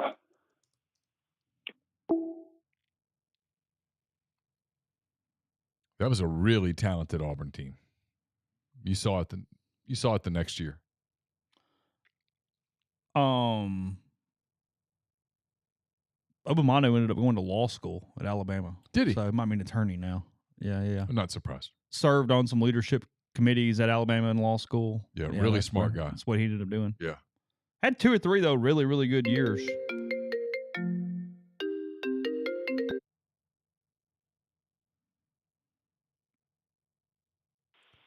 Hey, caller, who do we have? Hey, this is Rob. Can you hear me? Yep, you're on. I don't mean to ask y'all about something that you're not able to go into, but I've caught a few episodes where you've mentioned the Jeffrey Simmons recruiting drama. Is that something that y'all can share, kind of the oral history, the rundown of that, or has not enough time passed? Oh, no, time's passed. I'm trying to think if I can remember it all. The big thing that I remember from Simmons was that I think Ole Miss kind of thought they had him. And what I remember about it was we were at Jeffrey's place. It's more of this than anything else. On that Wednesday morning. And as the morning unfolded. And back in those days, especially, just to interrupt Neal for a second, you went into the night with so many of those Ole Miss State things. It's just coin flips, and we were hearing so many freaking different things, and it didn't have all the GPS coordinates of the Chris Jones saga, but at the same time, it felt very similar to that because they did several of those in a row. There was Chris Jones, there was even back in the day there was Patterson, there was Vince Sanders, there was all these guys out of places that we had the same thing, and when you went into that morning. As happened a lot at that point, it was, hey, Ole Miss made up all this momentum, and you think whatever, and you think, hey, you got a shot, but then it goes silent like for a couple hours before the actual signing. Yeah, so that morning, as the morning unfolded, I think that was the day that Ole Miss got A.J. Brown. Yeah, that'd have been right. Is that right? I think so. And we're at Jeffrey's, and my cell phone rings, and it's Hugh Freeze. And I answered, of course, and I'm like, hey, what's up? And he's like, what's Simmons doing? And right about that time, Simmons was coming on TV, and I was like, at the moment, literally at that moment, I'm like, you don't know? And he was like, no. And I'm like, he's committing to State like right now. And he was hung up, right? He just hung up. Yeah. Yeah. I appreciate it. It was just kind of bizarre. That's what we remember about it. It was just how he didn't know. And the lack of him not knowing was like, whoa. It's like, yeah. How did that happen? Yeah. And so not specifically about him, if you're not comfortable talking about him specifically, but in the pre-NIL days, is the thought there that a pillowcase full of some kind of valuable showed up on someone's doorstep, or was it just a genuine change of heart? No, I mean, he got paid. He got paid, and he would have gotten paid by Ole Miss too. There were bidding wars, but back then it was not even necessarily all cash. I mean, a lot of times, it was funny. I mean, you could swing recruits off like video game systems and stuff back then. It was a simpler time, in a way. Yeah. I mean, shoes. I mean, it was crazy kind of thing. Yeah, it was totally different than now. Appreciate all the content, guys. Have a good one. Yeah, Thank you. Appreciate it.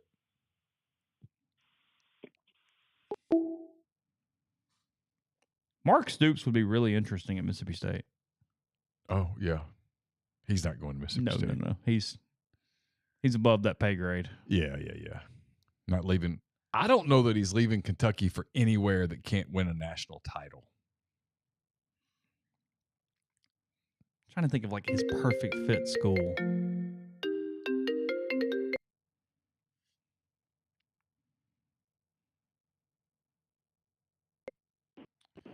Corey, how are you? Good. Is this Neal and Chase? It is. Apparently. Is this Corey? Yeah. What's up? What y'all doing? Oh, we're just talking to people on the. Headed to watch a home football game.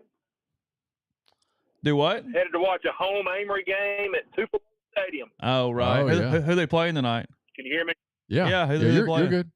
Tishomingo. They're going to win, Corey. Tishomingo. I hope so. Hey, what about the Fighting Hatley Tigers? 4-1, bitches. I think it's the first time in school history. Yeah, 4 in a row. I think it's the first time in school history, if I'm not mistaken. That's a streak. 4 in a row. It is. Yep, that's right. Yeah, I don't know. I don't know what the division looks Beat like, but I think they'll comfortably make the playoffs. They don't suck. Yeah, beat the Fighting Thrasher, whatever they are. They're the Rebels, Corey. They're the Rebels. Thrasher is the Rebels. Okay. I have covered multiple games at Thrasher High School in my illustrious journalism career. Had a guy tell me one time in that part of the country they ruined a bunch of footballs trying to blow them up, make them round, turn them into basketballs. Yeah, football's not the specialty around there. We're headed to Tupelo. Well, I don't know about my baby girl. She's a cheerleader. I don't know if you know this, but I've hated Tishomingo County all my life. I mean, I hate that place, man.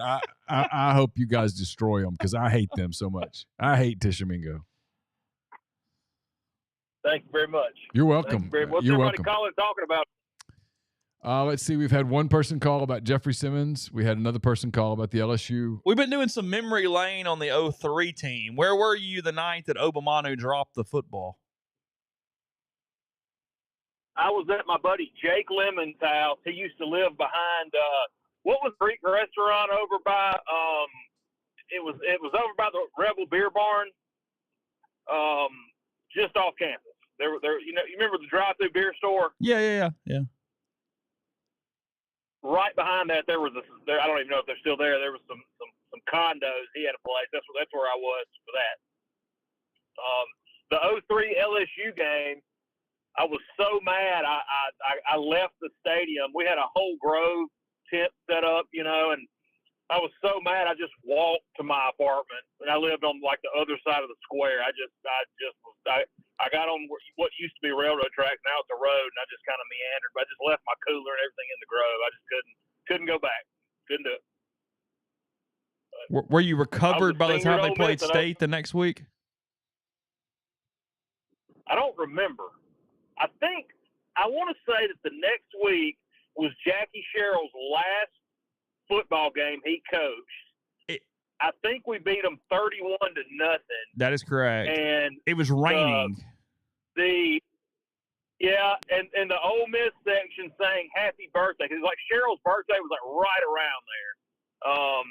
I'm pretty sure we sang happy birthday to Jackie Wayne. I was at that game, I guess probably around that section, and it was a really weird vibe that night because like you knew what was coming the next day, but Ole Miss fans were convincing themselves, hey, just win this, and then Arkansas might do you a favor the next day. And like, can you just get to that kind of maybe mattering and whatever, and could LSU get another loss? And yeah, so like, I mean, State never competed at all, but I just remember that being a kind of a weird feeling all night. Well, who had beat LSU earlier in the year? Florida, right? Yeah, it was Florida, a game I covered in Baton Rouge. They barely snuck by Georgia and lost to Florida. Okay. I think that's correct. Sometimes. Yeah, they lost. Well, I hope y'all's score predictions are not this weekend. LSU lost to Florida, Corey, on the night that Aramis Ramirez hit the grand slam to put the Cubs one win away from the World Series. I really don't want to talk about the Cubs right now, Neal. You know what, Corey? You had me believing? No, I didn't. I told you not to believe. He got you believing? No, whoa. I told you not to believe. This is a couple months ago. Yeah. We started playing good.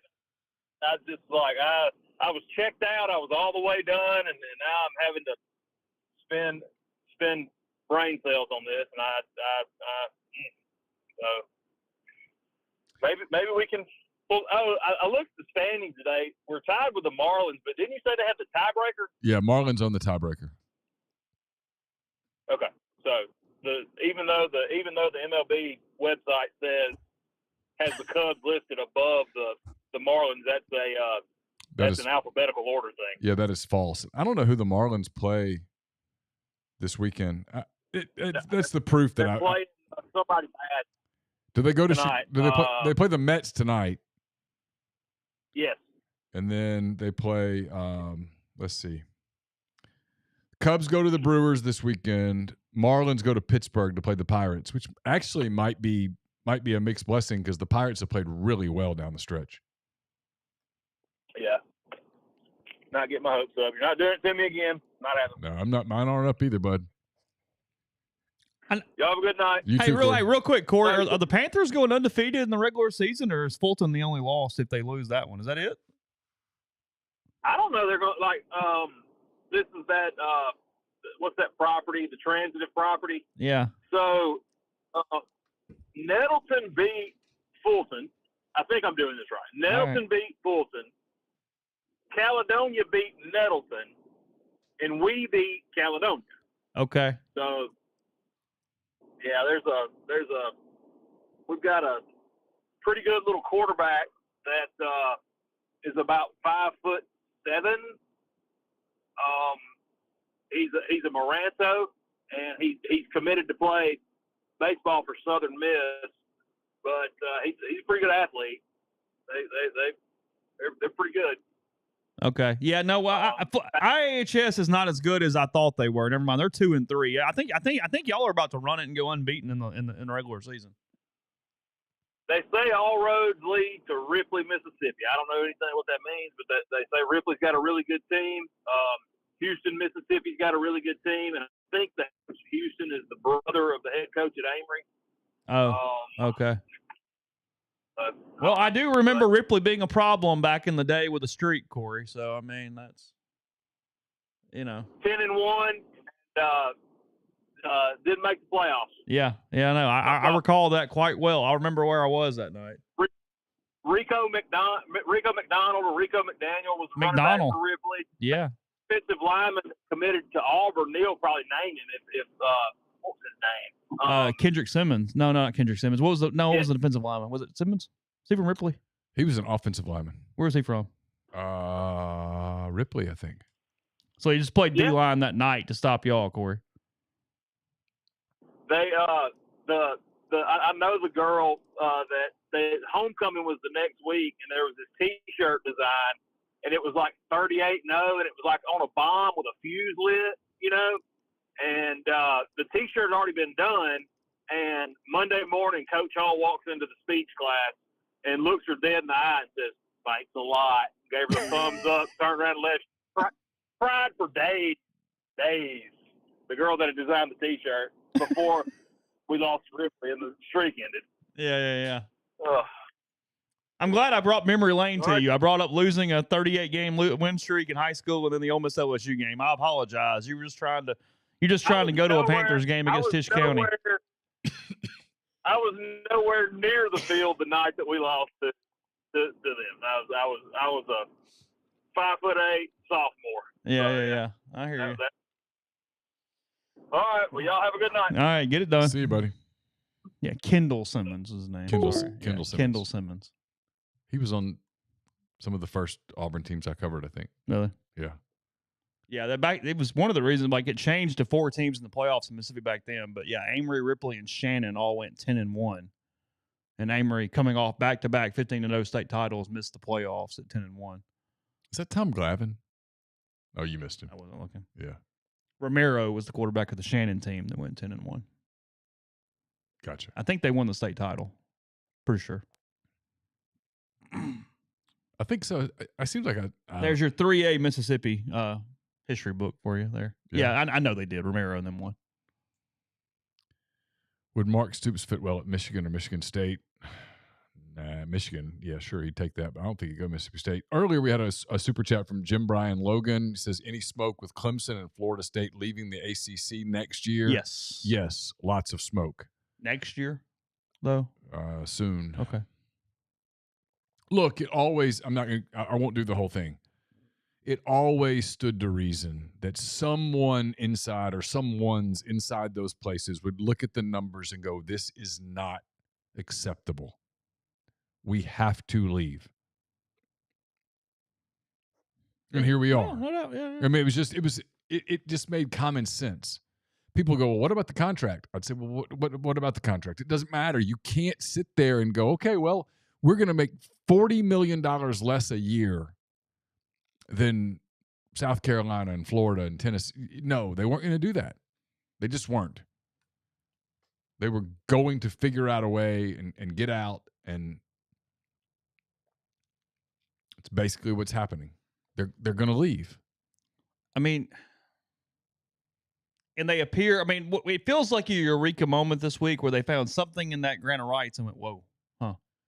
Okay, you're gonna find something." Yeah, that we can at least argue that. And you know if- what I mean? and We if can at enough of least us- get there to whatever we can do, whatever that will look, however it looks, and if enough of us want out, they'll have to let us out. yeah, I mean, That's where that was going. that is AJ Smith Shawver. Got a lot of tattoos on his arm. He does. Probably your kryptonite tonight. Probably so. I mean, I have no. he's gonna have one of those games, isn't he? I have zero expectations. Got a very blue glove. He does have a very blue glove. Mike Tautman at the plate's been a really good story.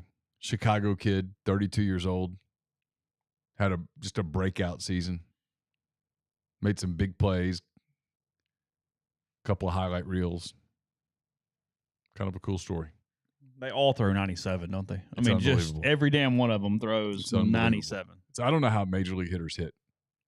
I mean, this kid comes in and just first pitch, 97. Yeah. That's Just, probably a little pumped up, but still.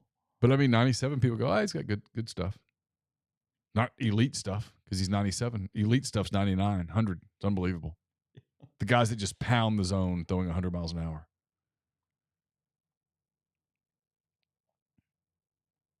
$100.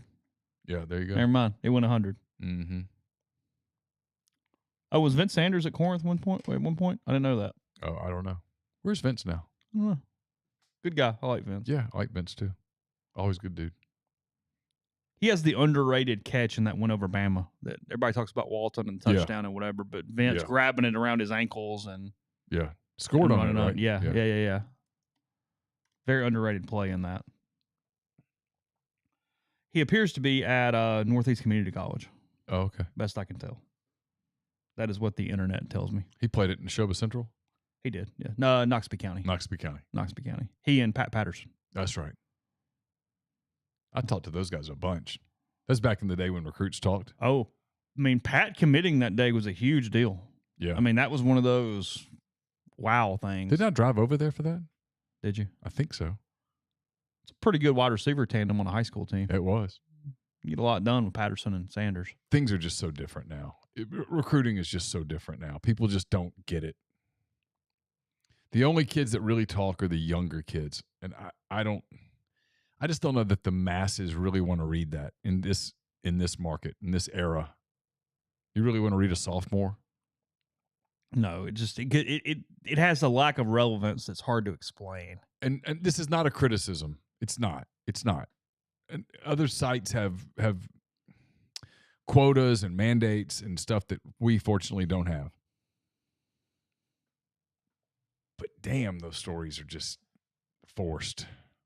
Clickbait. Top sophomore says he can't do anything for 2 years. You don't know what anything's going to look like in 2 years, what the portal is going to look like in 2 years, if a coach is going to be there in 2 years. It's just a different world. All I know about Travis Perry triple mask is that he's visiting this weekend. That's literally all I know along those lines. I'll make a post in a little bit about basketball visitors.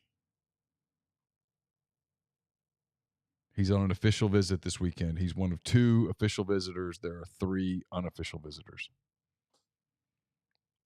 I was on that, and we're all over the place. I was on that other link a minute ago. There are 11 members of the Hall of Fame, and we actually wear a Cubs hat in the Hall of Fame.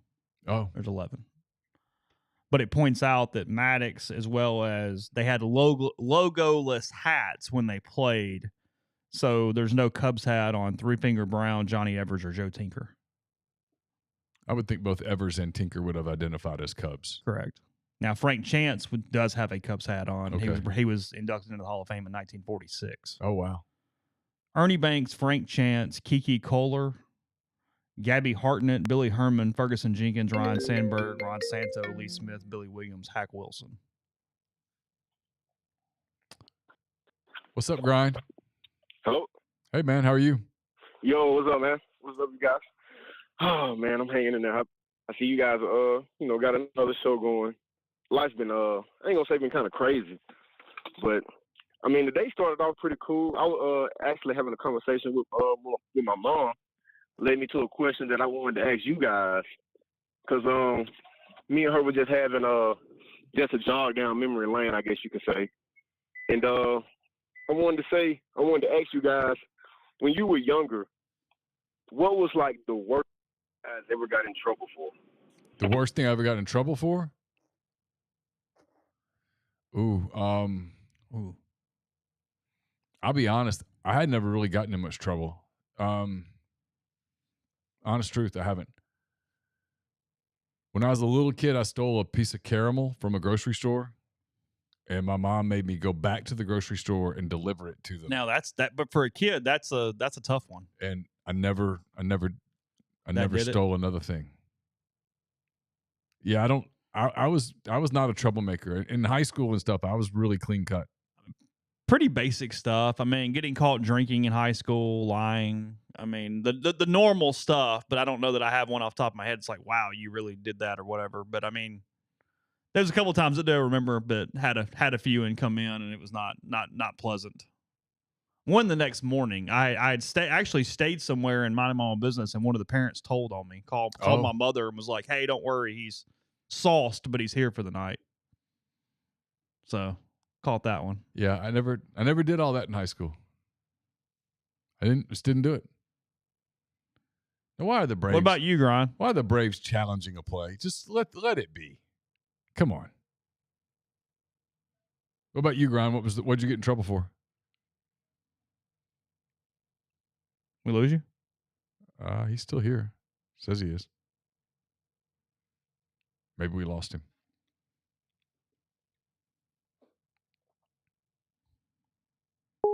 I'll let him call back. Yeah, that's fine. I don't think I'm forgetting anything. I mean, I'd say it if so. I just don't recall.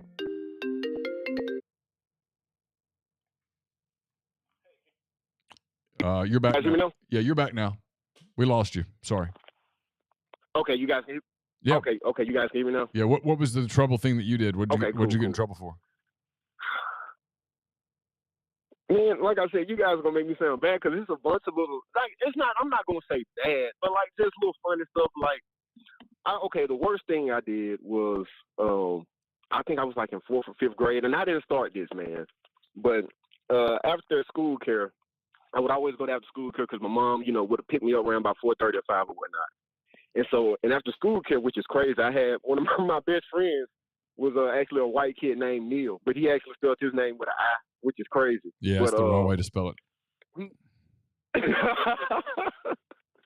But like he was into soccer real big, and so after school care, there was always a big soccer game going on. But this day, I decided to hang with my other friends, and there was this big slide, and that was on the playground. I mean, this huge slide.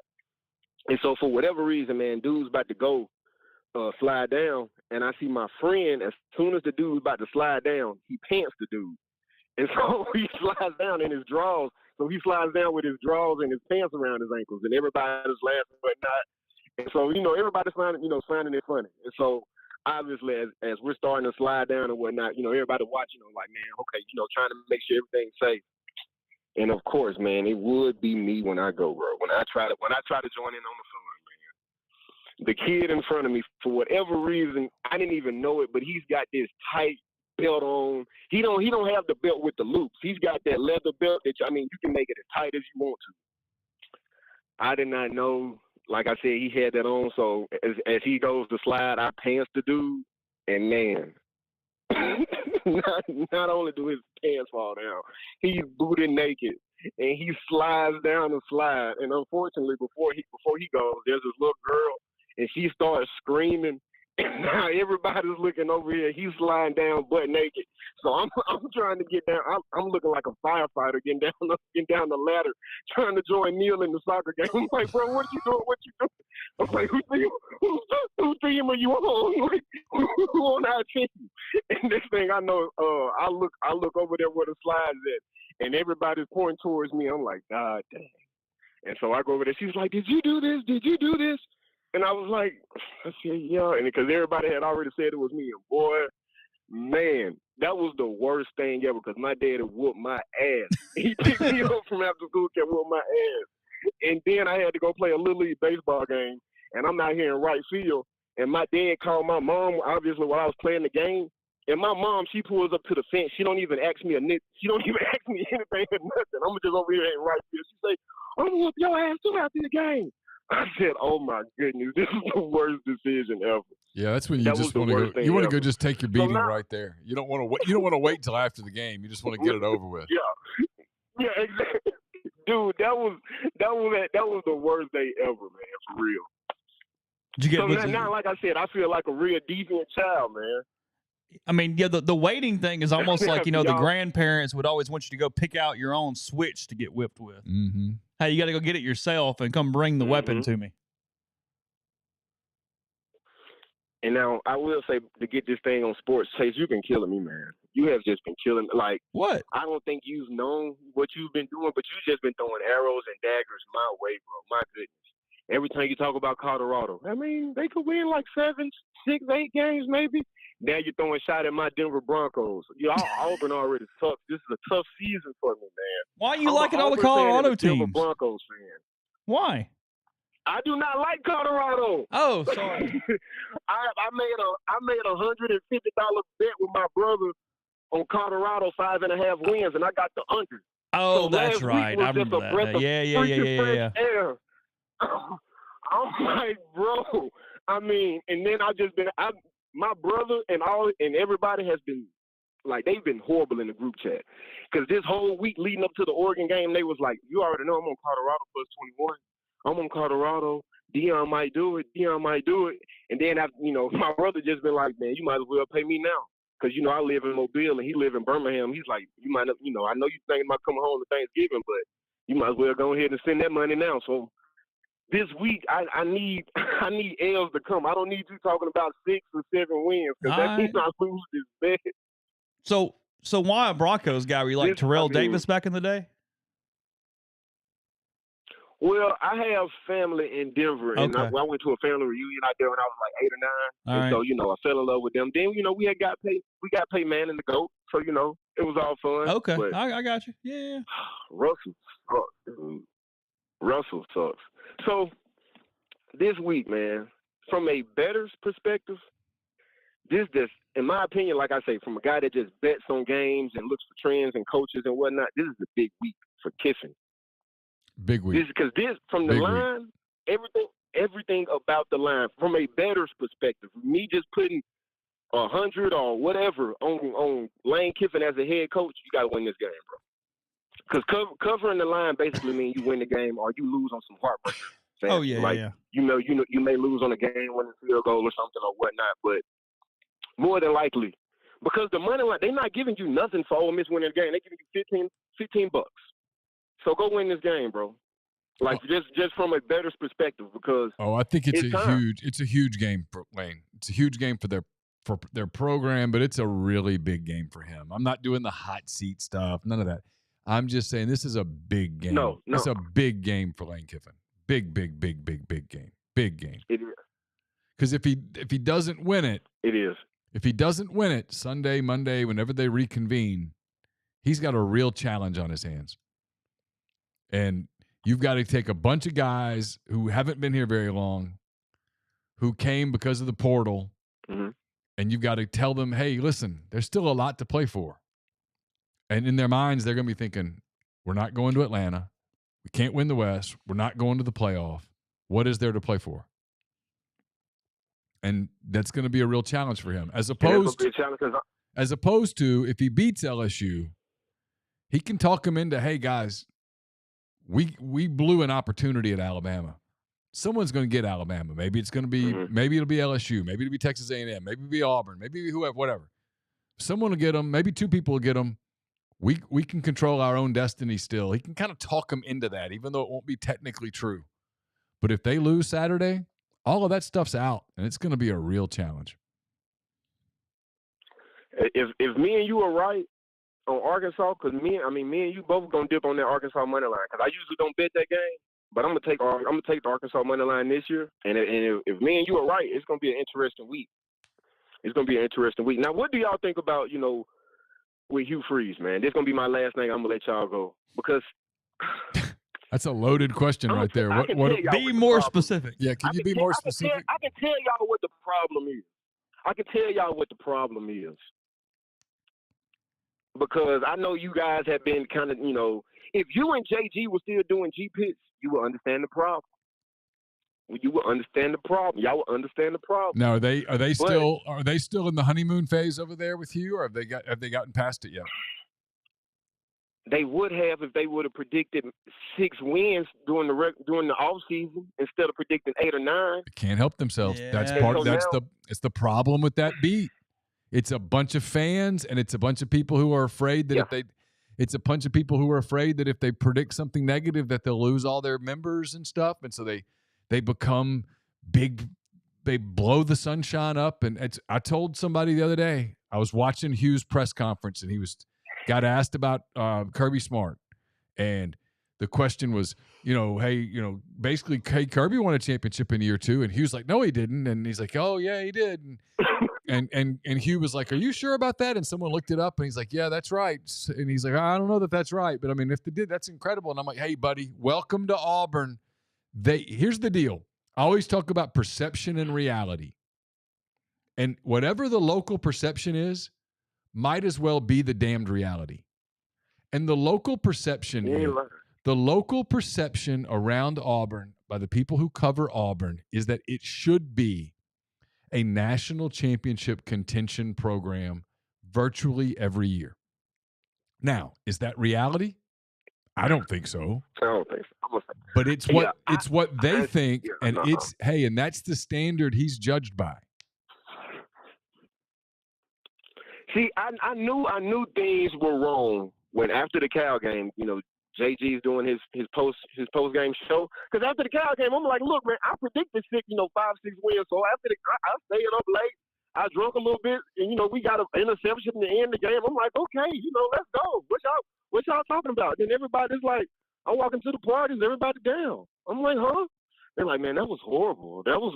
I'm like, whoa, let's take this one game at a time. Let's celebrate the little things first.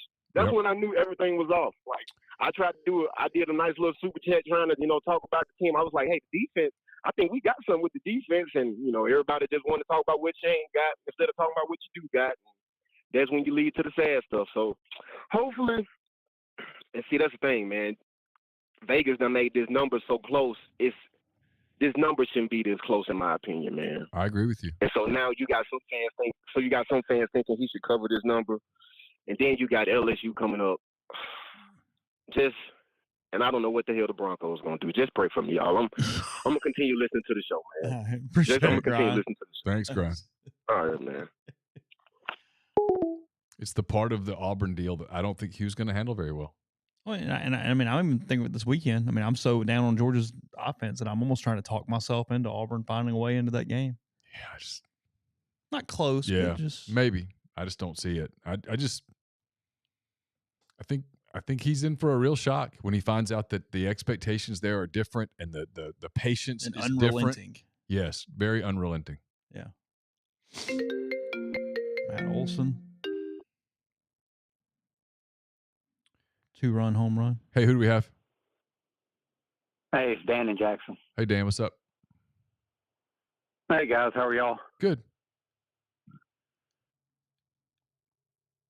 Commend you guys on all the hard work of these podcasts you guys are putting out. You're killing it. And, man, if you don't listen to Pete's Big Skin on Friday or Thursday night, you're missing out.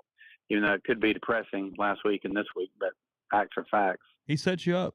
And Chase, what's that? Yeah, I said Pete sets you up for game day every time. Absolutely. No doubt, no doubt. And then your Real Tree podcast, Chase, are just, I'm telling you, you guys are killing it and really appreciate all your hard work. I know it's not easy, but no, it's been fantastic. So we'll see what happens Saturday night. It is what it, I mean, Ole Miss, no matter, like Neal, I agree with everything you're saying. Their defensive line is for real. Their defensive backs are not good. Nope. Their offense is good. Jaden Daniels is good. But whatever reason it is, you always have a different feel when it's LSU, Ole Miss, especially in Oxford. Those games always get weird. And used to be in October they would get weird. But you just never, I always have more confidence other than going to Tuscaloosa. I mean, you almost knew last week, just like, I was telling people, like, why are you confident about? I mean, we won there 10 times in 150, or beat Alabama 10 times in 150. I think we. So. No, I mean, look, I expect a close game. Yeah, I mean, Ole Miss can win. They're going to have to play better up front. I mean, bottom line, I mean, everybody does I get it, the tradition and the history and all that stuff. It's just going to come for all of that, any of that to matter. Ole Miss has to play better up front than it's played in the first 4 games. If the offensive line repeats what it's done the last few weeks, they're going to have a really hard time.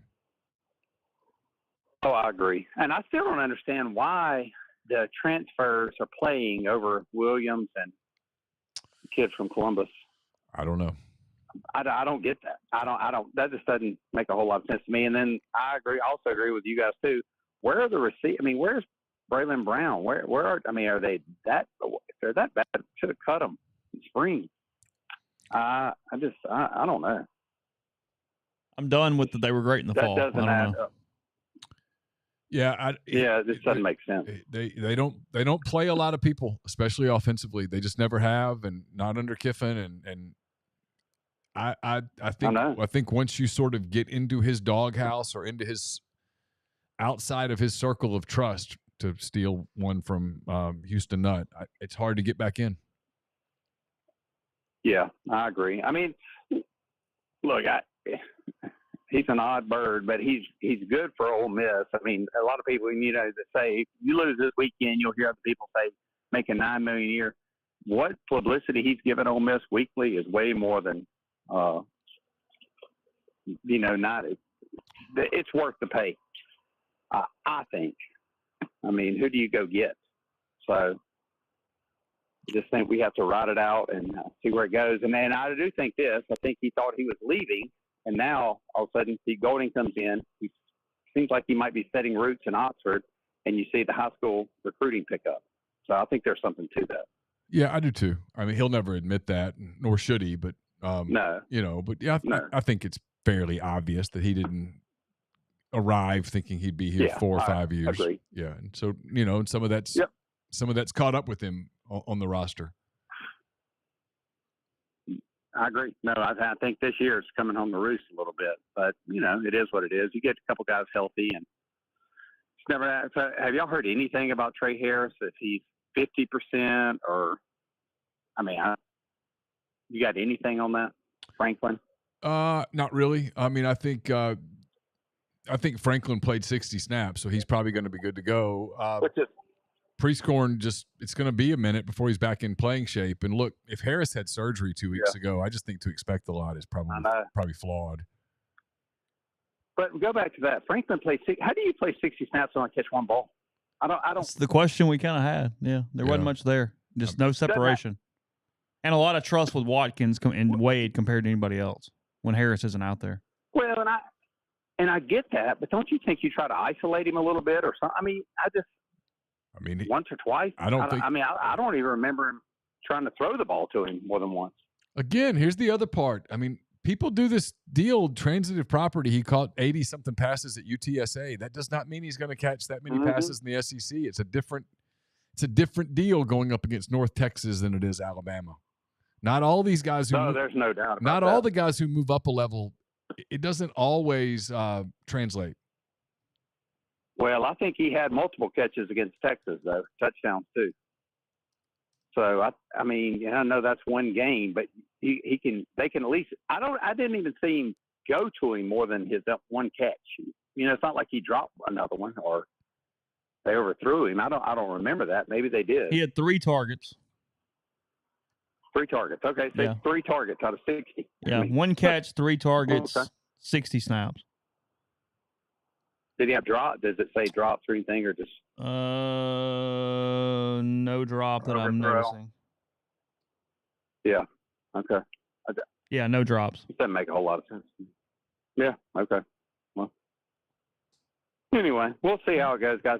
Just again, I won't let you go, but I just appreciate all your hard work, and it obviously does not go unnoticed. Thank you. Thank you. We Appreciate it. appreciate that very much. Thank you. Yep. Have a good day. You too.